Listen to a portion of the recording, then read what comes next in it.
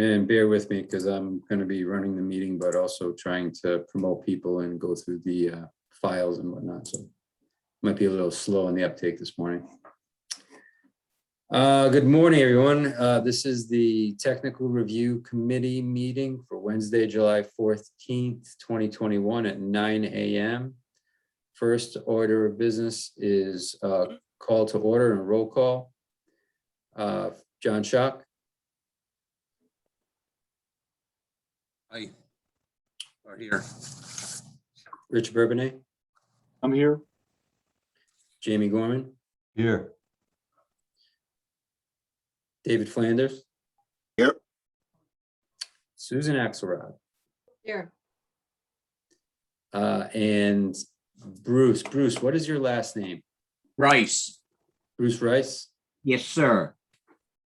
Let me just change that for you.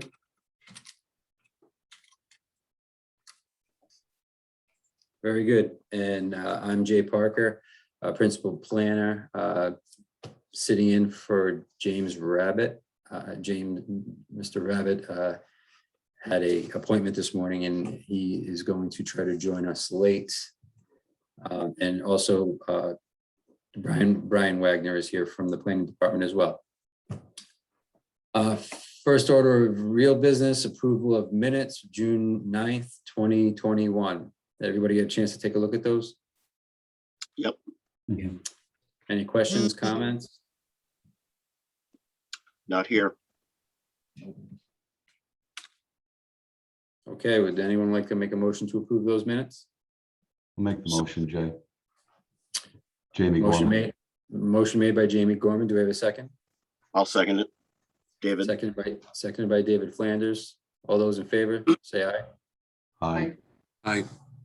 Very good. Minutes, motion passes.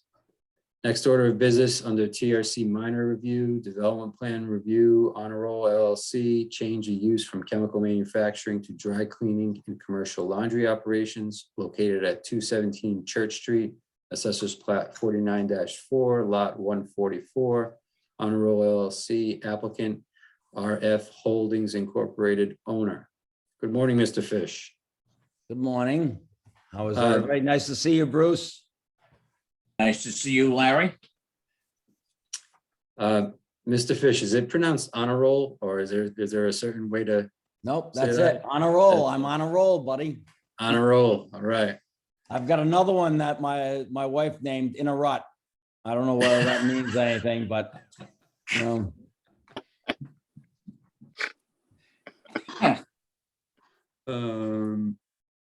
All right, I'm going to share my screen. And Mr. Fish, if you could just want to walk us through what you're doing. I've got a purchase and sales agreement on the old Technical Industries parcel of land. You can see it right there in the front there. We're not going to change anything to the building. This is just a change of use from chemical manufacturing to I'm going to be moving my my processing of dry cleaning clothes and storing them before they go out to customers' homes in the building. And I'll be moving just not the laundromat, not the front counter, just cleaning and pressing of the garments. Now, some washers will go, and that's why I need relief on the commercial laundry license later on. But the uses that I'm going to do, we're only going to use half the building, the very first half that you go as you drive in. The back end of it will be used as general warehouse. We'll rent that out to different people that need warehouse capability. It's got multiple loading docks in it. So I do have one question, and it's technical in nature, but maybe the building official, I know that I need a commercial laundry special use permit because the building is more than 10,000 square feet. Otherwise, that would be part of this as well. But the laundry is only going to be about 2,000 square feet of the 13,000 that I'm using. Is it what portion of the building is used for it, or is it based on just the size of the building? The size of the building is over 10,000, so I need the special use permit. So the area of the building, Mr. Fish, is 10,000 square feet? That I'm, if you see the little portion that juts out on the right, that's about 3,000 square feet of office. And then the first, yeah, here we go. The 48 by 100 at the top, the 60 by 100, that's the area. And then the office is on the left-hand side there. That's what I'm going to be occupying. The second two buildings, 60 by 100 and 60 by 60. That middle building, I'll be using 20 feet by 60, 1,200 square feet for the commercial laundry operation.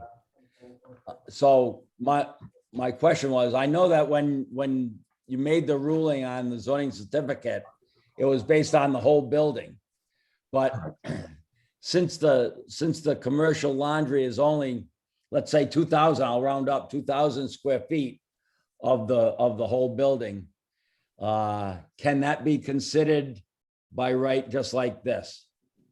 Yeah, absolutely. You wouldn't need a special use permit if it was under the 10,000. All right, so the space that I'm using for that particular purpose can't be more than 10,000 square feet. Correct. Yeah, we need a plan detailing that just to Right. confirm. All right, well, that can save me from going through the next process. That's why I'm asking. And everybody, the aggravation of that. And it just came to my attention last night when I was preparing for that question. But anyway, we're only going to use the top two buildings because this is 4 separate metal buildings with the gross value size there. We're not going to change anything of the footprint, just the use. And I would argue that the use is a lot less intense, and anything that we process, the dry cleaning machines are self-contained.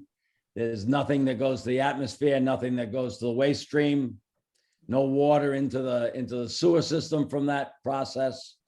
It's a very clean process, and it's not perchloroethylene, so it's not perc. We use hydrocarbon, which has been around since God was a child. And the wet cleaning of garments, the laundry, wash, dry, fold, that is stuff that I'm doing right down the street on High Street as well in the laundromat. That's just washing and drying and folding of people's garments. Because more than half of the garments today can be washed in a regular washing machine and then pressed on our pressing equipment as opposed to being dry cleaned. That's why we tag ourselves as being a green cleaner. Anybody have any questions about what we'll be doing in the building?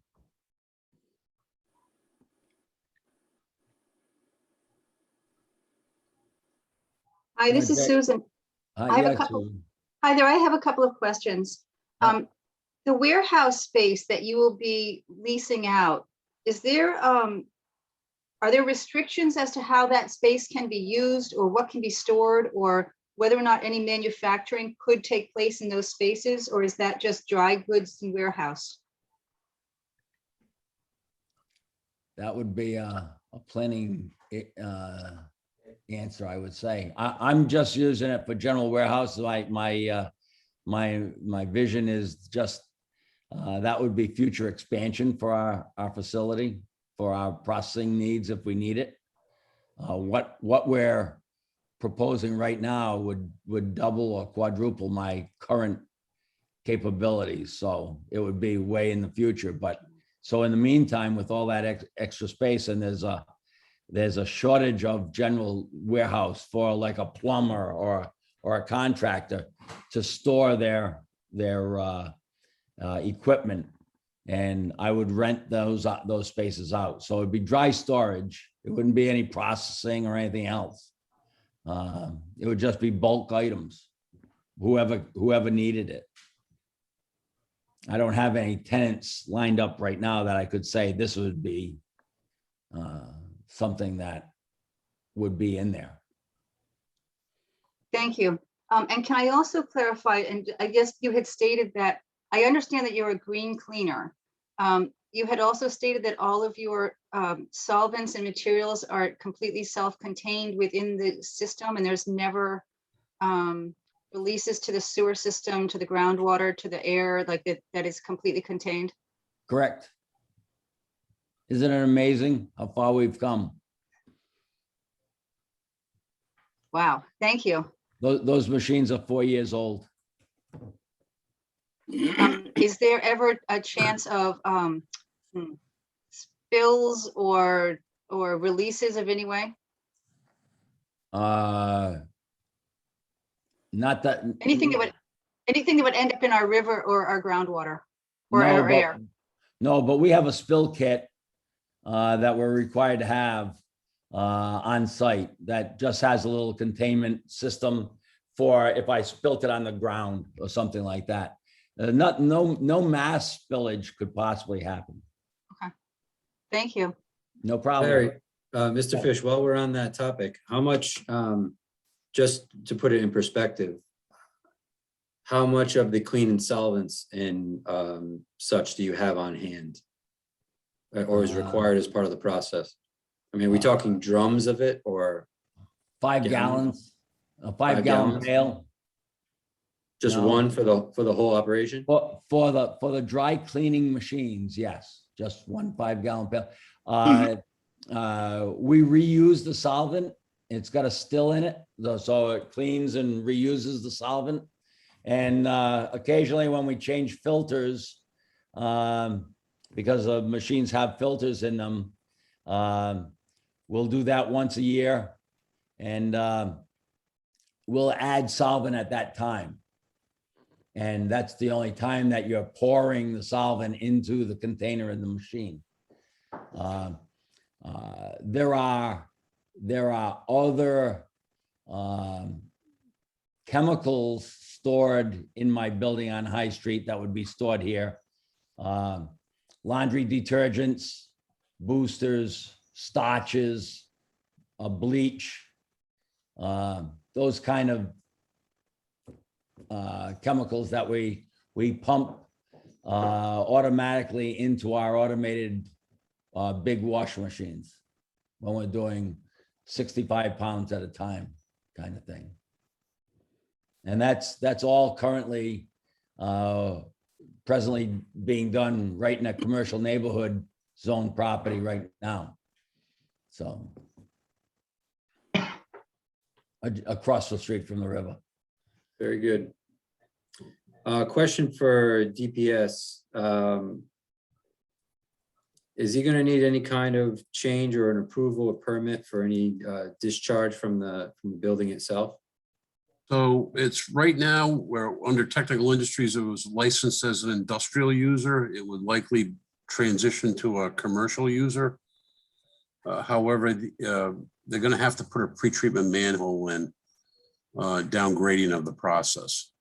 So that would have to be out in the parking lot. That would be the only requirements from us. There is no, because he's in the existing footprint of the building, there is no wastewater system assessment charge that's gonna be levied. It's just strictly his pretreatment permits and the pretreatment manhole. And then based upon the waste stream, we qualify that, later on, there may be some requirement for pretreatment if he exceeds the local limits, but I'm assuming that's not going to happen. This is Susan. I've Can I also, jump in? Go ahead, Rich. I've also asked that we look at putting a water quality structure along the access. So just to collect runoff, I know that there's not any change at all to the building and no change to the pavement. And I don't want it to hold up anything because I believe it has to be permitted through DEM.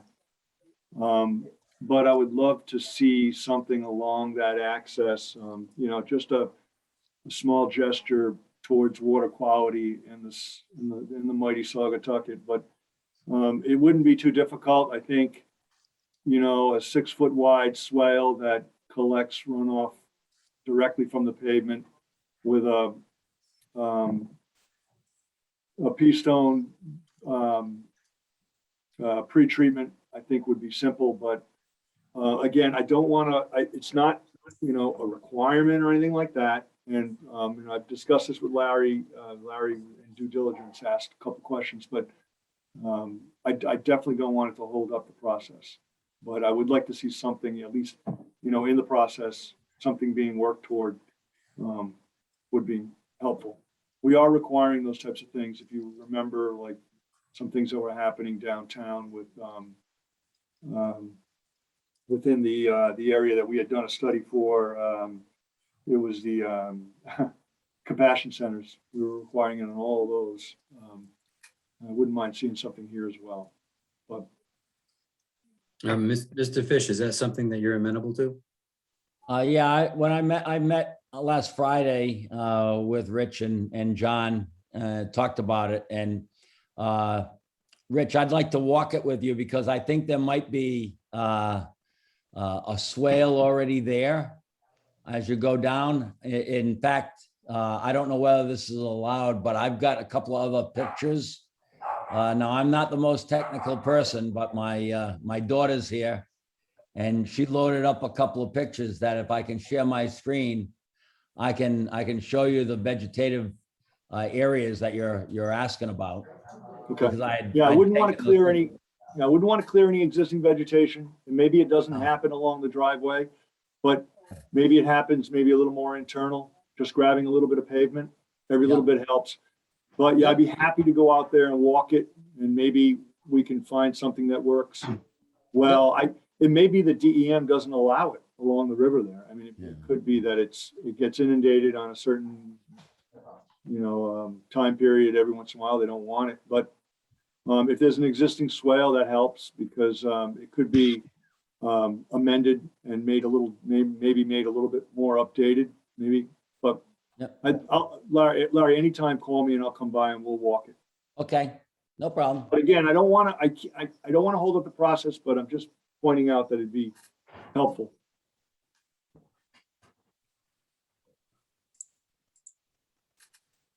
This is Susan. Could I ask a couple more questions? Sure. Sorry.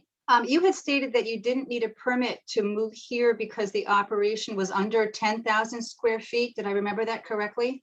The dry cleaners and the commercial warehouse are permitted by right by the zoning. Yeah. The building is 23,000 and change square feet. According to current zoning, if the operation was going to be over 10,000 square feet for the commercial laundry, I would need a special use permit that is allowed, but you have to apply for it. And that was the reason why I asked that question of Jamie earlier. Because the actual operation is going to be in about a 2,000 square foot area of the 13,000 that I'm occupying of the building. So you're, you were sort of partitioning off a portion of the production room to do this operation? The building is made up of 5 separate metal buildings, each with a garage door between them or a person door. So I'll be using 2 and 2/10 of the third building. The rest will be general warehouse and I'd be leasing it out. Yes. So the portion that you're using then is something like 13 or 14,000 square feet? Yeah, Jay, can you put up the little schematic again, please? I'll be using the 48 by 100 square foot area. That's 4,800 square feet, and the 60 by 100. which is 6,000 square feet. So that's 10,800. I'll be using the office space, which is a couple of thousand. And then in that third building, as you're going down, I'll be using 20 feet by 60 feet of that. Mr. Fish, you'll be over the 10,000 then, so a special use permit would be required. Okay, well, that's what I was wondering, whether it was just 10,000 square feet of the area that I'm using, or whether it's, it would be, whether it's the whole building, and it's the whole building, basically. Sorry about that. Can I ask one additional question? If you're purchasing the building, will there be an environmental study done to ensure that the folks that are selling you the operation haven't left something in the groundwater that we should know about? There's already been a phase 1 environmental survey taken. It passed all with no exceptions. That's excellent. Thank you very much. I did that to protect myself. Thank you. Yep. Very good. Jamie Gorman, do you have anything from the specific zoning requirements of the ordinance in regards to this project?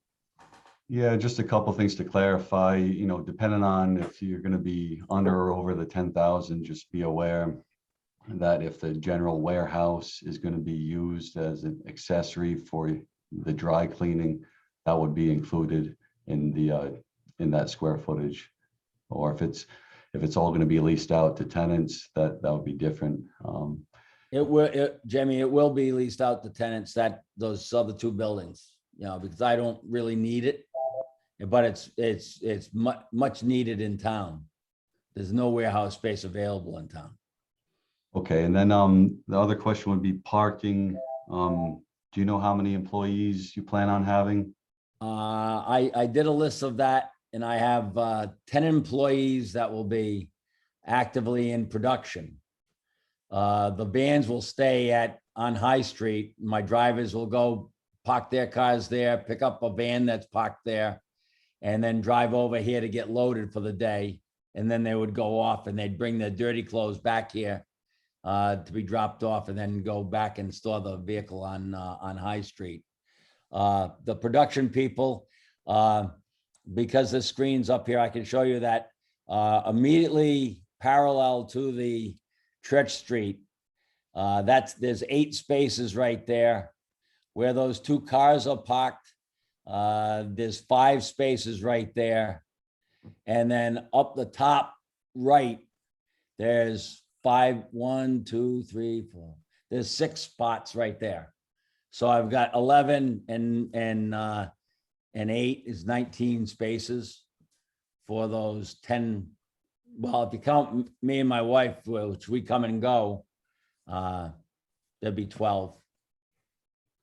Okay, and do you plan on storing vehicles in the building at all? No, well, that's a possibility in the future.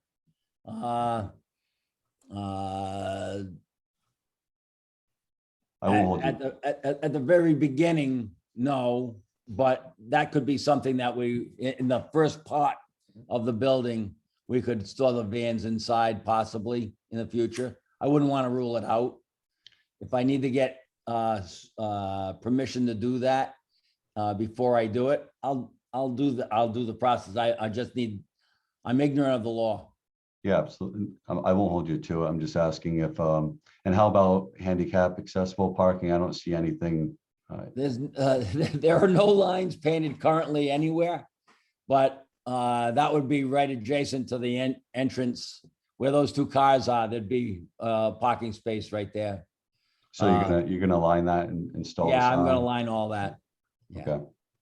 Right now, there are parking curbs, those little curb stops there. And that's how I determined how many spots there were, was how many there were there, because there really aren't any lines there.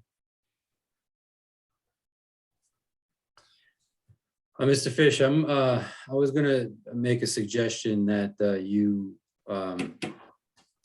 provide a little better schematic, a little better plan of the parking, showing the actual parking spaces with accurate dimensions, as well as something in writing from you outlining the available parking, identifying the number of employees on the largest shift, just to prove conformance with the zoning requirements, just something on paper so that we have it and anyone that picks it up can get an understanding of what's available and what the nature of the employee usage is going to be, so that if anybody wants that answer that question or wants the answer to that question, they can find it. Is that something that you can provide? Yeah, I mean, I just a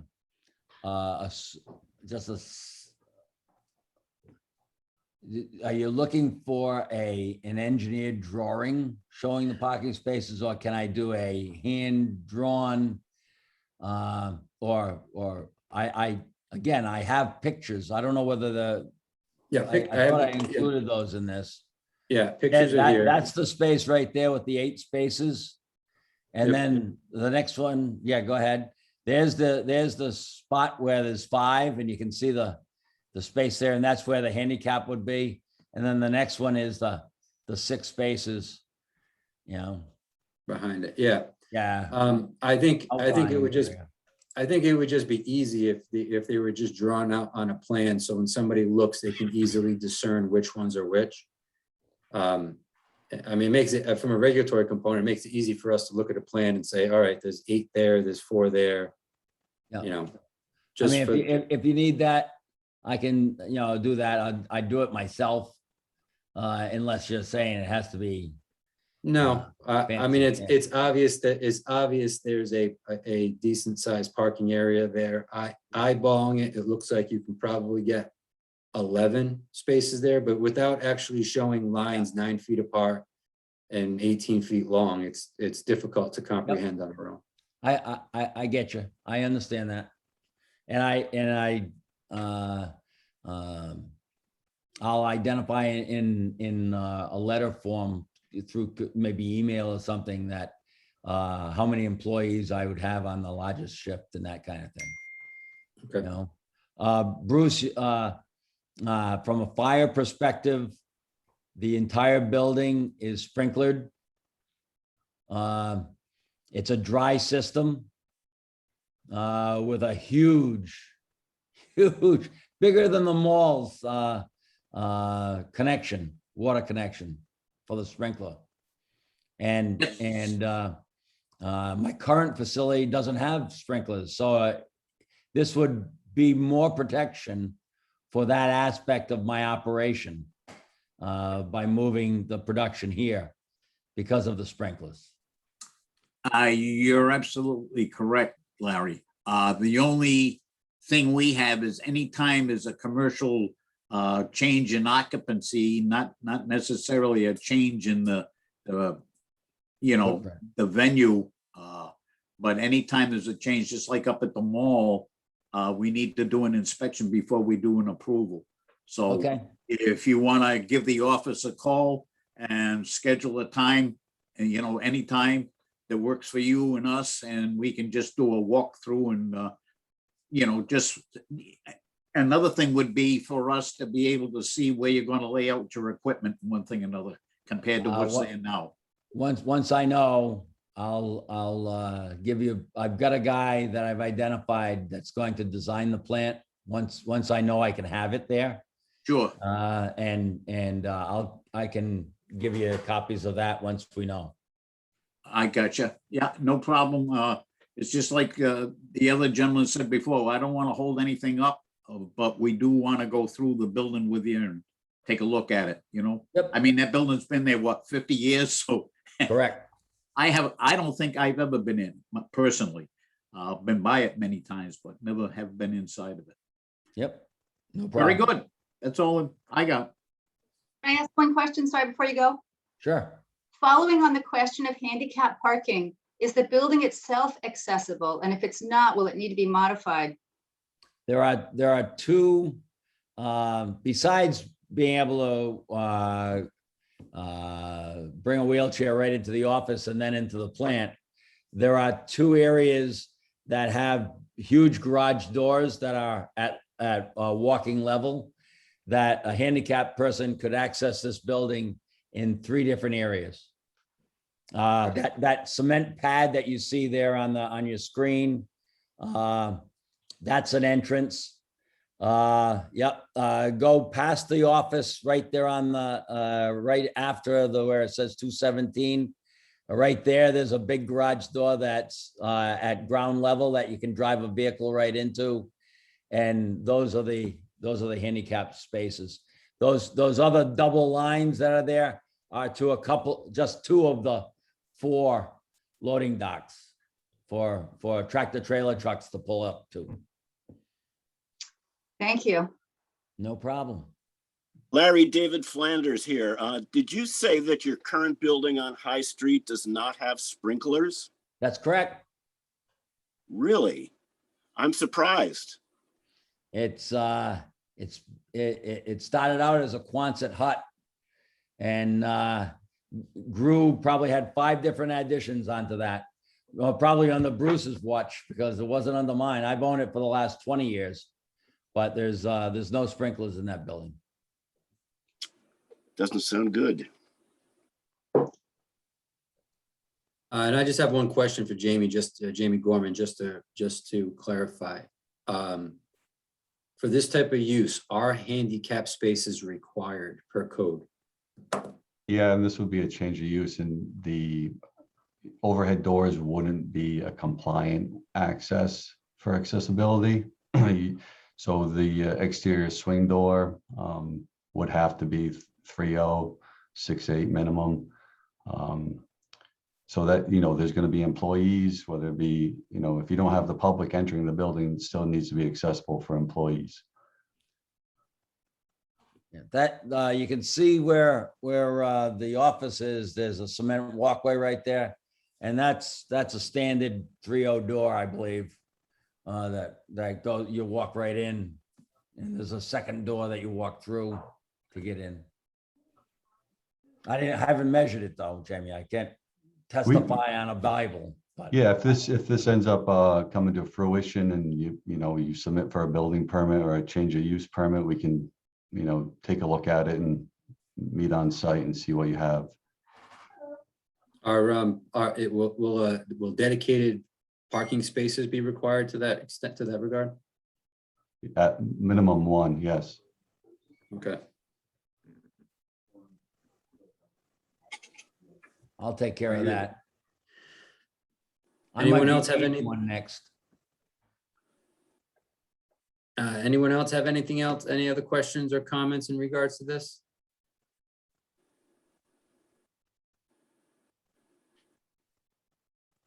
Very good. So I've identified 6 items to be considered in potential recommendation of approval by the TRC to the planning board. Condition number 1 being that a manhole cleanout be installed in the parking lot for pre-treatment purposes to the satisfaction of the Department of Public Services. Number 2, that a water quality structure for parking lot drainage to the extent practicable and to the satisfaction of DPS be installed prior to the issuance of a CO. Number 3, that the floor plan showing accurate floor area to delineate the dry cleaning operations use in regard to potential required special use permit or not. Number 4, site plan showing accurate, let me rephrase that, modification to the plans provided showing accurate parking spaces with dimensions and a provided written analysis of available parking and number of employees on the largest shift to confirm conformance with parking requirements. Number 5, that overall approval of this use will be subject to inspection and approval by Union Fire prior to issuance of the CO, which is a given. And number 6, that access to the facility must conform to ADA requirements prior to issuance of a CO. I'll move approval based upon with those conditions. Very good. Motion made by John Schock. Do we have a second? I'll second Jamie. Seconded by Jamie Gorman. Any discussion on the motion?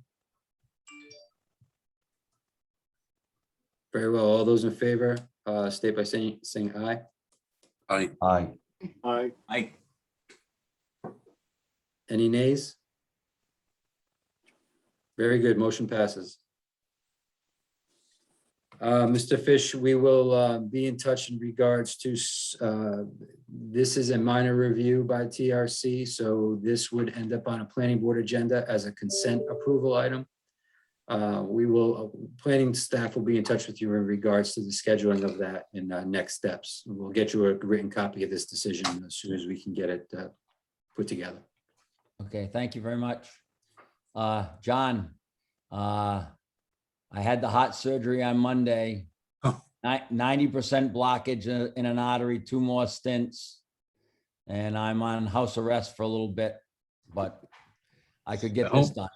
I hope your boss is cracking the whip on you, Larry, My to make daughter you is my- comply. It is my Bailey person in charge of me today. So Well, that's good news. good stay seeing you healthy. all. Thank you very much. All right, Mr. Fish, we'll See you see you later. soon. yeah, Larry.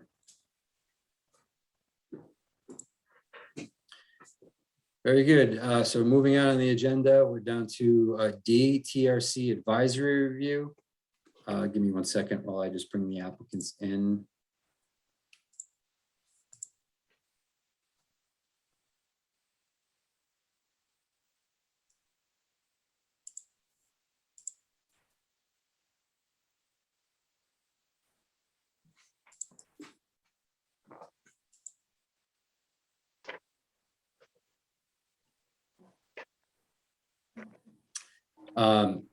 So the first item under TRC advisory review is the change to a previously approved plan, Route 1 Special Management District, Wesley Community Credit Union. Requested change to a previously approved plan to install 8 additional parking spaces on the eastern side of the existing parking lot located at 4979 Tower Hill Road, Assessors Plat 58-1, Lot 99. Wesley Community Credit Union is the applicant and the owner. Good morning, Mr. Rogers, I believe, and Mr. Kenyon, and Ms. Beck. Good morning. Morning, Jay. Morning, everybody. Jay and Susan, long time no see. Feel like we were just doing this. Like Groundhog, it's like Groundhog Day. Yeah. For the record, I'm John Kenyon. I'm an attorney for the applicant, the Wesley Community Credit Union. As I think everyone here knows, they're proposing to add an additional 8 parking spaces at the property at 4979 Tower Hill Road.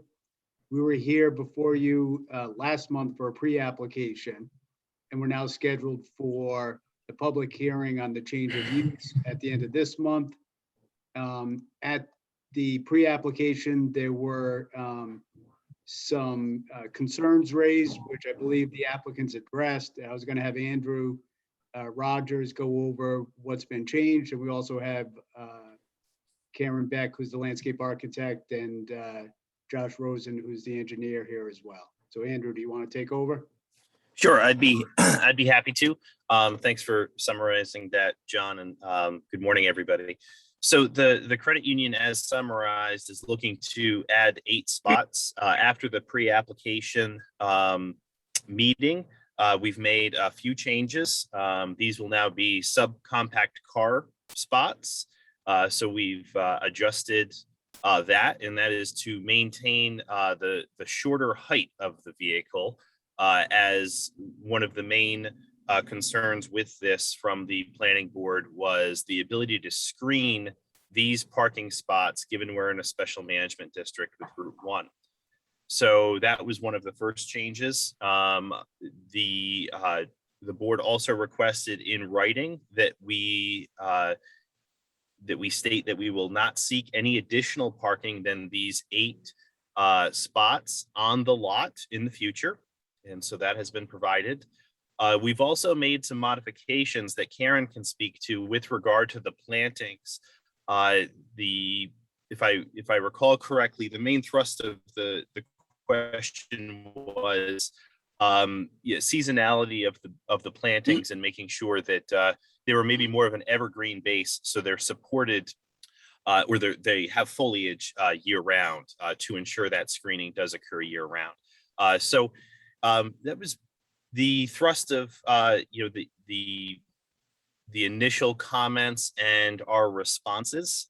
You can see from the image that is being shown now, the modified plant schedule. And also there are existing planting beds that are on the site on that front lawn that are being modified and increased in size to ensure that screening does occur. And Karen, I don't know if you want to speak to anything in particular that you had modified or just respond to questions as they come up. Basically, again, the concern was that for 4 seasons, there'd be a better screening than initially we had proposed. We were looking to make sure that there was, flowers at different seasons, and there were some evergreens and some deciduous materials. So we took a couple of the deciduous species and flipped them out for evergreen species, and then also increased the installation sizes of a couple of them, so that again, from the get-go, it'll do a better job of screening from the access road, because quite frankly, you can't see these parking spaces from Route 1. So this is really more for the perspective of someone on the access road. So we've made sure that we have more evergreens and bigger ones for the installation. And then eventually, obviously, they'll get bigger and do an even better job from that roadway perspective. And that's basically it.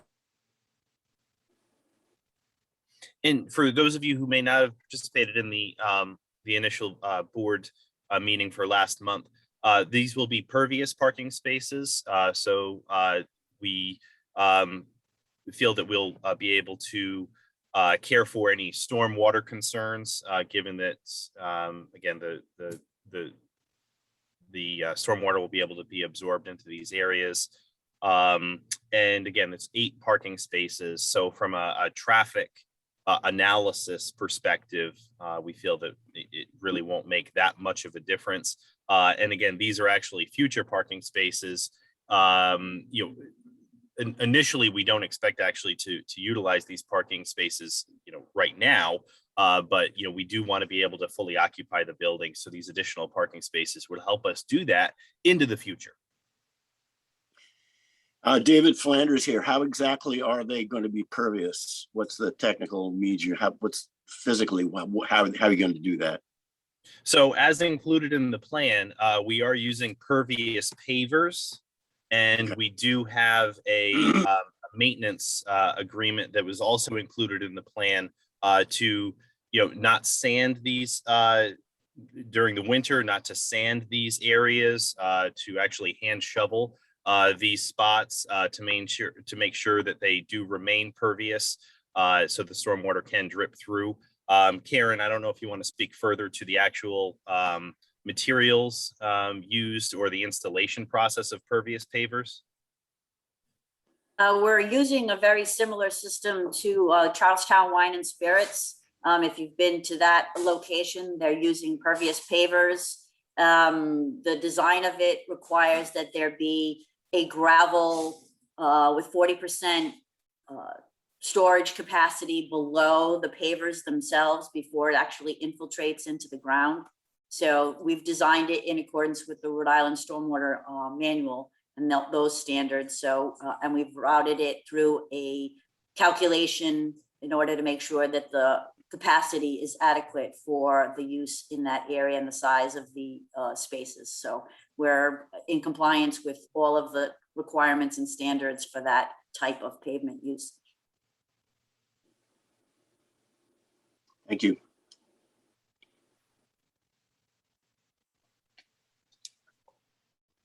Anyone else have any questions or comments? This is Susan. I have a question, if that's okay. Go ahead. Now that the parking is compact or some subcompact, can the size of that parking area be reduced? And I looked at our town ordinance, and it looks like we did do some parking lot standards in perpendicular parking for compact cars, but didn't do it for angled parking. So I don't think I understand the technical part of this. But I guess more so is my question is, can these parking spaces be reduced in size since it's just compact cars? Well, we don't have any guidance that says exactly how long, from the town, compact car spaces should be, as you're alluding to. The reason why we did that is not because of the depth or the length or the width of even the parking spaces. It was for the height. That was the main concern, to make sure that we do have that adequate screening. So that was why we did that. We don't have plans, and we haven't discussed actually decreasing the overall size of the parking spaces, because again, the primary chief concern here is the height. You can see, though, that they will be labeled accordingly. On the next page, there is signage that will be installed for these spaces to ensure that they are used by compact cars.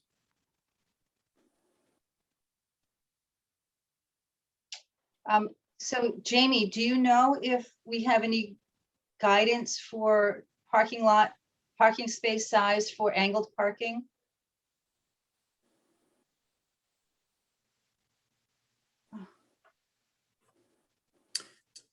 Rich Bourbonnais, I think to answer your question, Susan, and if Rich can confirm, the parking space sizes are consistent. The manner in which they're angled produces a different length, but that reduces the depth, if that makes any sense. Yeah, if you kind of look at the striped lines as though they're parallel with each other, and you rotate your view, the length of an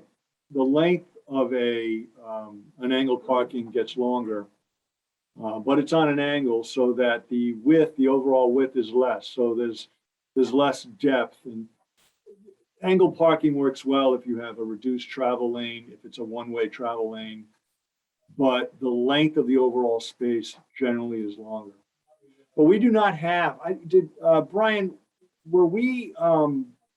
we had there wasn't a regulation change on the parking spaces. And did it include a sizing for, I can't remember what we did. You might be muted. I don't know. You might be muted, Brian. Brian, yeah.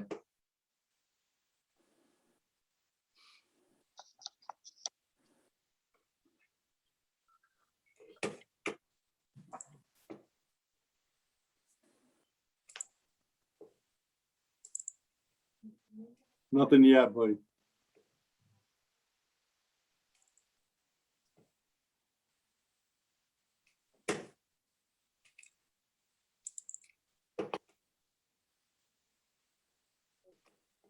I have it. I believe that we had modified the ordinance, but we may Now? not have specified a compact space for angled parking.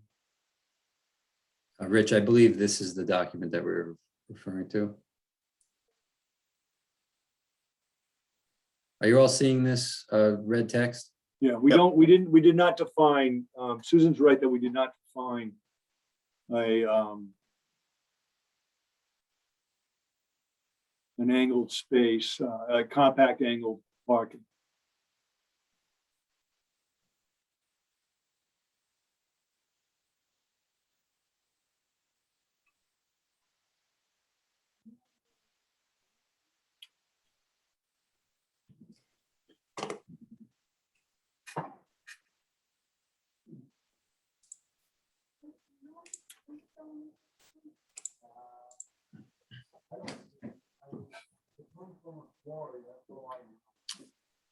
Susan, are you I'm sorry. satisfied? I'm sorry, 1 second, Jamie. Susan, are you satisfied with that at the moment? I guess, unless these can be reduced in size, but still would be within following our town ordinances and people can park safely. That's, if the spots are big enough for suburban, but we're fitting in little Kias, can we reduce that parking space I don't know how our ordinance plays into this, and if they're the proper size, then just forget I'm just putting it out there because I don't know. So I guess I'm satisfied if you're satisfied.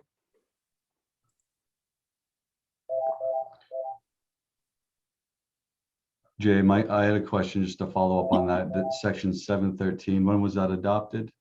Do you know? I don't, just- I am not sure it has. This was dated, Because it's not codified yet, so that's why I'm No. not aware of that section. We did this in September. We did this at a Yes. September 22nd meeting.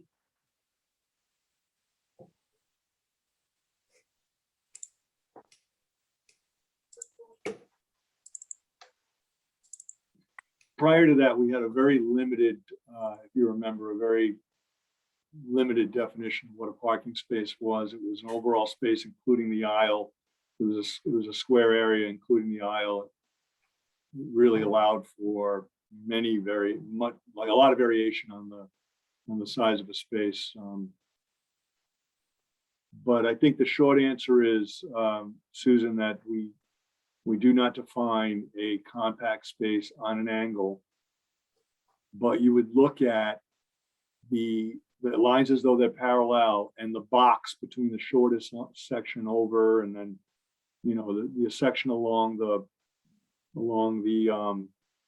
front curb over and that would be the box. I mean, technically you could reduce that. I believe in this case it would require, if that's been, are you suggesting that it's not, Jamie, that hasn't been finalized or? I don't see it in the ordinance. I haven't received that section, so I believe this was this was voted on, the proposed amendment was voted on by the planning board, as Susan stated, on September 22nd, 2020. But it did not go to council. I think our intent, every time we go to council to amend a zoning ordinance, there's a notice that's required. The intent was that we were going to lump together a few other amendments to get it done. And I don't think those other amendments were ready at the time. So this is still pending to be forwarded to the council.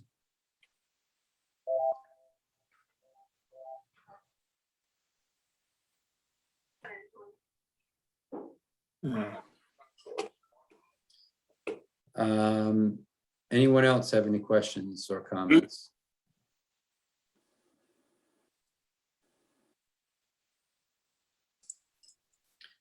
I have just a couple of suggestions that I think could easily be accommodated as conditions of the approval. I think it's important. So Mr. Rogers, I think if you could take this plan, the first sheet of this plan, and add a few things to it so that we can use that this one sheet that encompasses all of the specifics of the project. One, show the extent of the 100-foot buffer from Route 1. So so that it shows how far you are actually into it. Offhand, do you know how far about those spaces extend into that buffer? Yeah, actually, I do.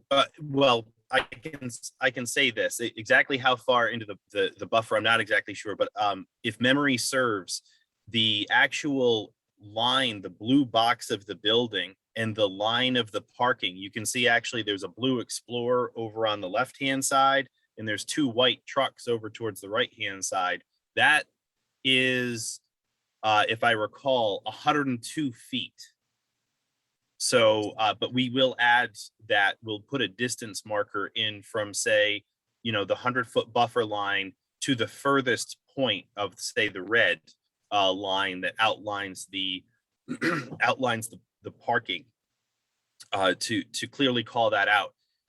If I believe I may have actually put that in the pre-letter that I put in, because that has been measured. I want to say that we're encroaching somewhere around 30 to 35 feet. It could be around there, but we'll get that engineered and be able to get that for you Yeah. if and you could add just it to show this that- plan. Yeah, if you could just show it on that one sheet. You know, for a project like this, if we just had one sheet that follows the request and the approval with all the information on it, it's generally better. Yep, I understand. And the pavers that are being used, are they a specific, made by a specific manufacturer? Yes, we've preliminary bid this out for budgetary purposes. Sorry, and both contractors, Laharam and Clark Farms, would be using the same manufacturer, so we can include the specs, the build specs, details in there. If memory serves, it's actually the exact same material that was used at the Charlestown Wine and Spirits, but we can include that in the final package. Okay. So if anyone does, if no one else has any comments or questions or potential conditions, I can offer a few conditions to be included in the motion to pass this on to the planning board, if everyone's ready. Yep. So TRC would approve this subject to the following conditions. One, that the site plan show the 100-foot extent of the Route 1 100-foot buffer and the extent of the parking encroachment that is proposed. Two, that the pervious pavers to be installed and that the pervious pavers are to be installed and maintained per manufacturer design specifications and in accordance with the maintenance plan provided. Number three, that the site plan provides a general note or restriction statement that no further parking shall be allowed and or requested in the future. And that the site plan provides a general note or restriction statement that the proposed parking is restricted to compact cars only. That's what I have. If anyone does, if no one has any other conditions for approval, I entertain a motion. So moved, David Flanders. Motion made by David Flanders. Do I have a second? I'll second that. Seconded by Susan. All those in favor? Aye. Aye. Any opposed? Motion passes. Mr. Rogers, we will get this decision typed up and we'll forward it to you as soon as it's done. We'll also include it in correspondence to the planning board at their meeting in 2 weeks. Okay, thank you very much, Jay. And also, either myself or somebody else will be swinging by to pick up the public hearing sign Yes. sometime today. I think we've got a couple days buffer, but we'd like to install it probably today by this afternoon. Yeah, it needs to go up by Friday, I believe. Yes. Okay. All right. Well, thank you so much, Jay, and thank you so much to the committee. I hope you have a good day. To everyone. Thank you, Mr. Thank you, Rogers. John, and thank you, Karen.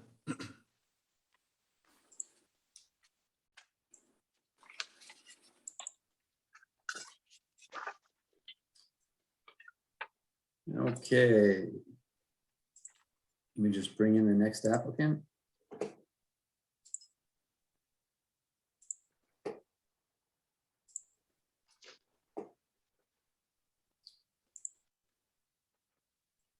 Thank you for bearing with me. Next agenda item under TRC advisory review D2, combined conceptual master and preliminary plan comprehensive permit, William Baker Homestead, 2-lot subdivision and construction of a 1-bedroom deed restricted affordable residential dwelling located at 10A Oakdale Street, Assessors Plat 48-3, Lot 111. There's a typo on here. Christopher DiPaola and Lindsay Crowninshields, applicant owner. Ms. Sonder, good morning. Hi, how is everyone? So we did not go before TRC, I don't think, with this recently. on the old plan, but we submitted a plan previously to the planning board on a pre-application stage to create a remove a garage and create an accessory dwelling unit as part of a comp plan permit. And after going through the pre-application stage with the planning board and having some discussion, we are back with a subdivision plan, creating a lot for that 1-bedroom cottage, and then a remaining lot with the duplex on it, as Jay just showed you there. So what we have done is provided additional parking on parcel A, which would be the remaining land, which would be 2 spaces per unit, and then also accommodated the 1-bedroom cottage with 2 spaces on that lot. We would be reducing that. There was a substantial curb cut opening parking area on what would be lot B now. That would get reduced, as you can see, to that shaded gray area. Previously, we had proposed a connection to the existing sewer on the duplex unit. Now we would be proposing a new sewer connection for this single dwelling lot, parcel B. And then also we would be required to put in a curb cut on High Street, which would be reviewed by DOT and also South Kingstown for a curb cut opening there. I think I have the driveway there. I just checked is 10, I show it at 10 feet wide. And at the curb, it's 14 feet wide at the apron area. Obviously, that would conform to DOT standards and require approval. And then we would be also connecting an individual water service to that parcel B. Both of these lots would require waivers for area and lot frontage. But my plan there is that we've created a nice area for a single dwelling unit, buffering from each property line, and also left a little area on parcel A for the tenants to utilize and enjoy while also accommodating the parking area. So we would be going forward to the planning board to get approval for this, I think, is our next step.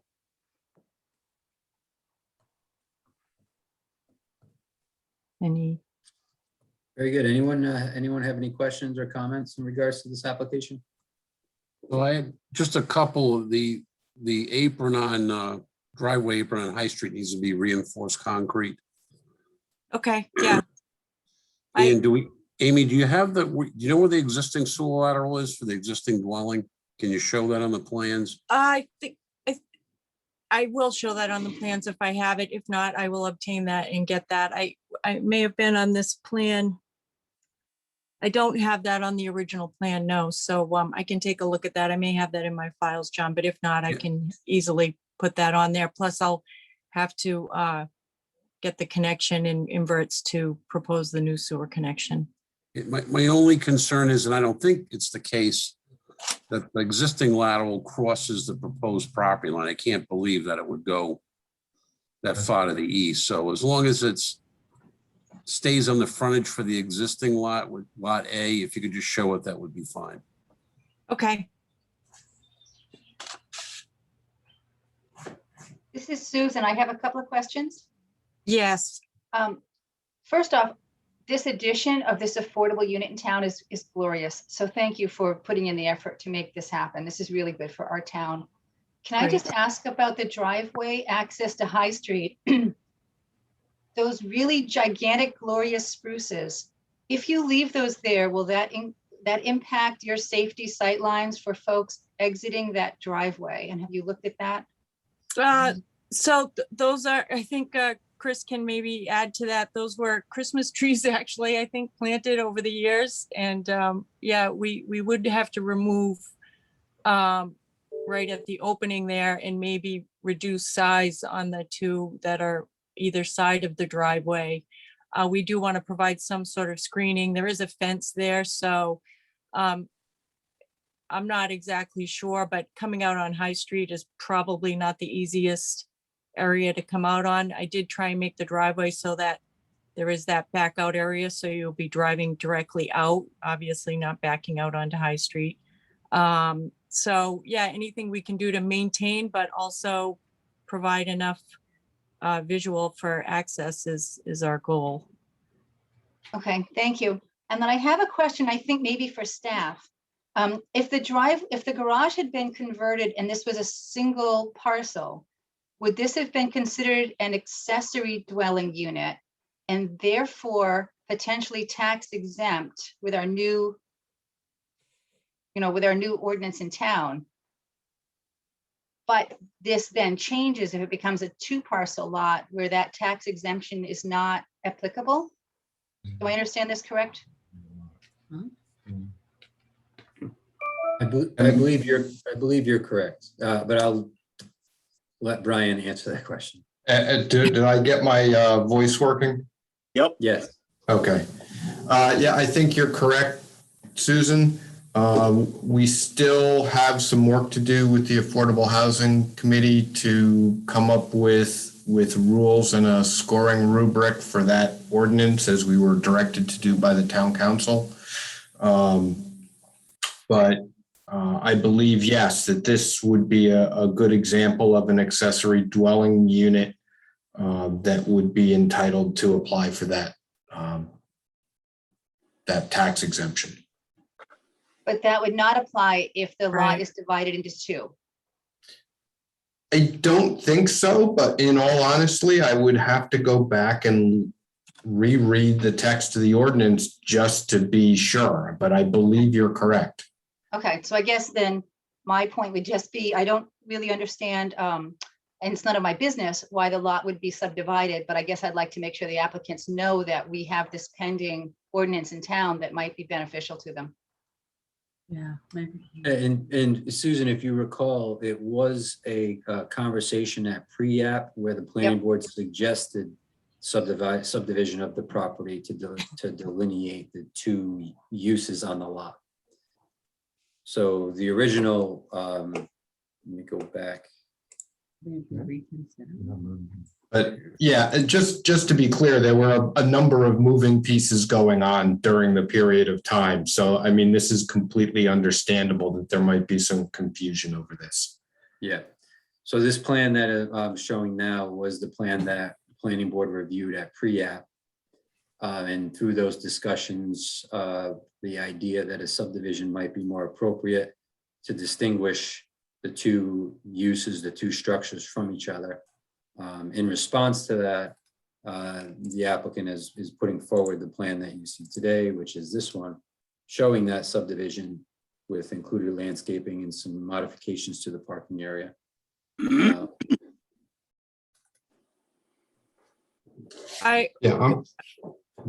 sure we calling up can the ordinance discuss right. that. Yeah, and I'm wondering if it's something that's not, has it been codified yet, or that, I mean, it would still be an affordable housing unit, even though not an accessory dwelling unit. Do they get a tax break on that? I believe that if it is a deed restricted LMI unit, that you may be entitled to a tax exemption. I would talk to John Bouchard about that. Okay. I do know that under state law, they are entitled to an exemption, and state law has to allow any sort of exemption like that. So that does exist in state law. Whether or not it's been codified in town tax law, I don't really know. But going back, and I'll be glad to send the enacted ordinance to you, Amy, so you Great. have it. But the ordinance is directed at accessory dwelling units. So clearly, if you subdivide the lot, the use no longer becomes accessory. It's the principal use. Correct. So that this ordinance would not apply. Okay. something to ponder. Yeah, just check with John Bouchard to see if you're entitled to an exemption if it's a principal use.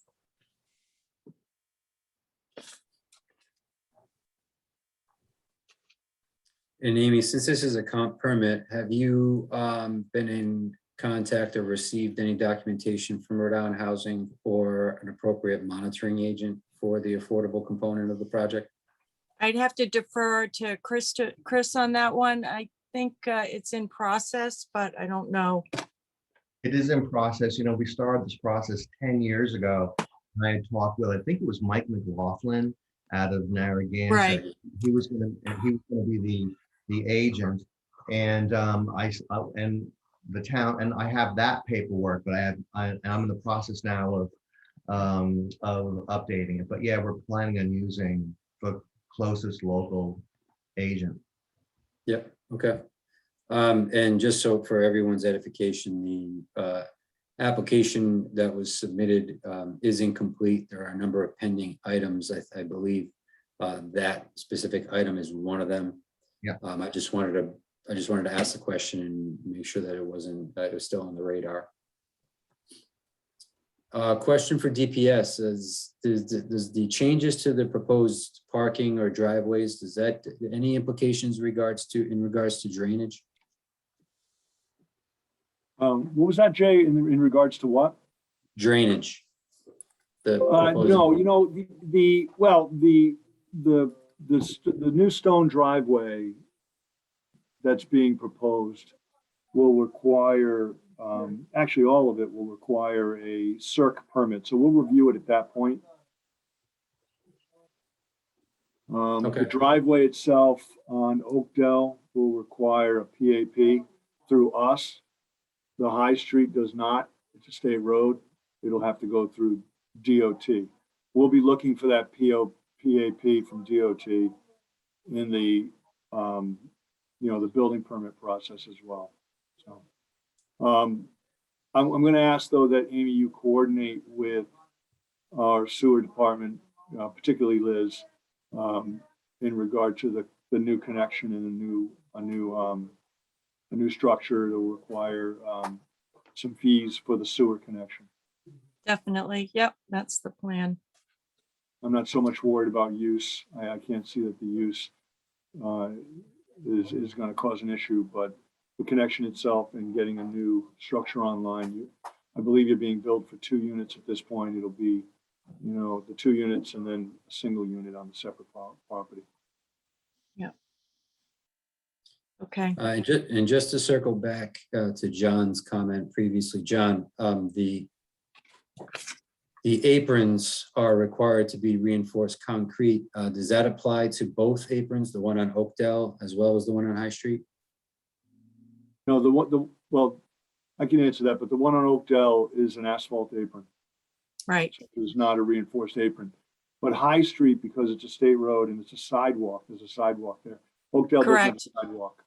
Yeah, that was my, I forgot about that, but yeah, I would anticipate obviously that it would match what's there. Right. And DOT would have required that. Right. But the one on Oakdale is not. It would be an asphalt apron.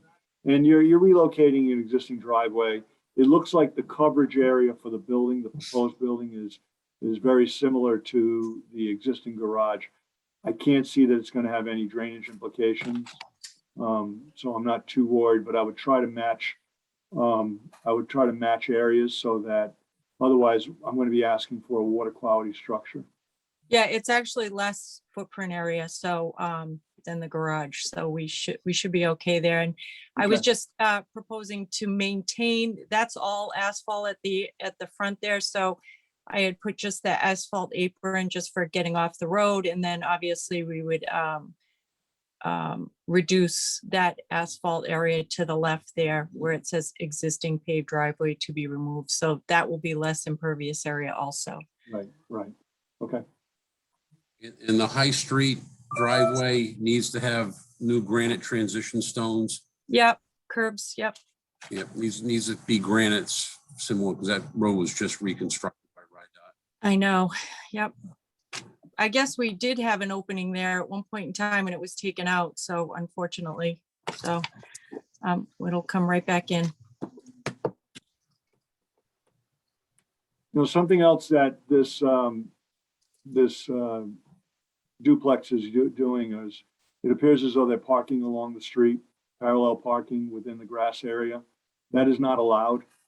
And you really need to be in a defined parking space. So, you know, I'd like to see that area loaned and seeded and cleaned up along the existing building. Yeah. Just so that we can keep people from parking over there, keep your tenants from parking over there. It must be awful convenient to park there, but we really want to avoid that parallel parking within the grass area along the road like that. It just doesn't. I think they have one tenant there that's elderly right now, and that's who uses that particular space. She's actually disabled, so that was the closest Yeah, to her front door, but it would be pretty, it's not much further in the new proposed parking area. So we could eliminate that, her, you know, side parking, absolutely.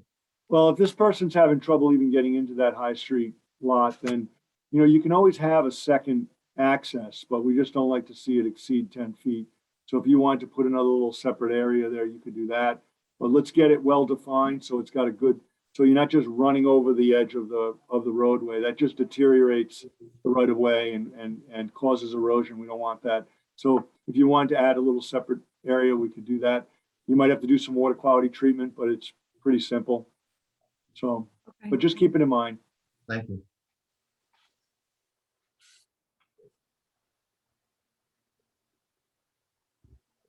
Very good. Does anyone else have any questions or comments in regards to this application? None here.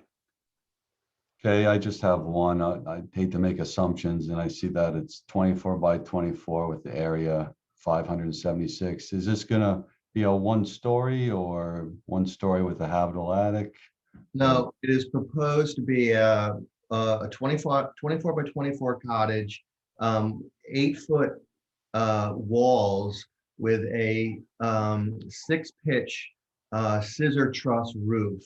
So from the inside, it will give you a little bit of a feeling of a cathedral ceiling to give you a little feeling of space, but really looking to have an appropriate size building for this, for the neighborhood, and keeping it small. So it's 1 story with a 6-pitch roof. Okay, thank you. Yeah.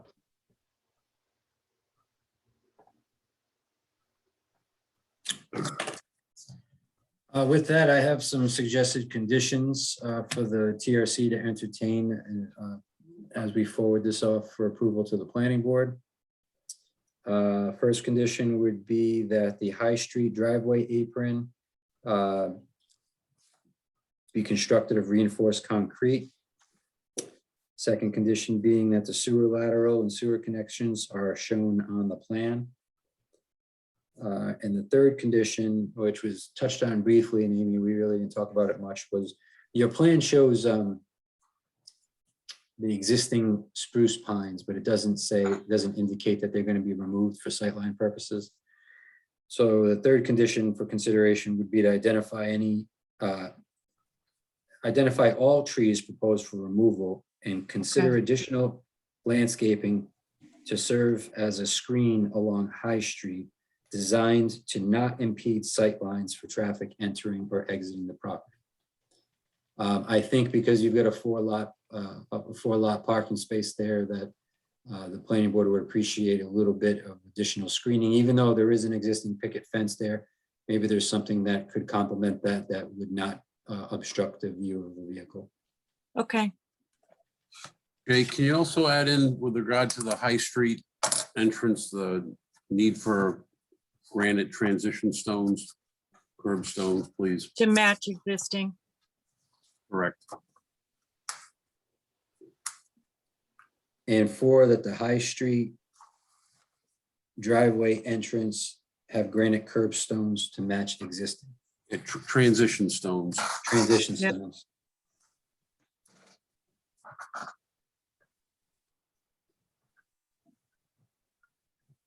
Very good. Do we have a motion to that extent? So move with the conditions noted by Mr. Parker. Motion made by John. Do I have a second? I'll second, David. Seconded by David Flanders. All in favor? Aye. Aye. Aye. Anyone opposed? Very good. Thank you all very much. Great, thank you. Thank you. You're welcome. Jay, And, I gotta jump off, Jay. All right, John, thank you very much. See ya. Goodbye. Yeah. And Amy and, your applicant left. We'll I'm be here. scheduling this in the future once we get complete and once you get your ducks in a row. Gotcha. Very Thank you. good. You're welcome. And with that, I believe we have reached the end of the agenda. We have a motion to adjourn. So moved. David. Seconded by everybody. That could. All right. Meeting is adjourned. Thank you, guys. Appreciate it. Take care. Thank you. Bye. Bye-bye.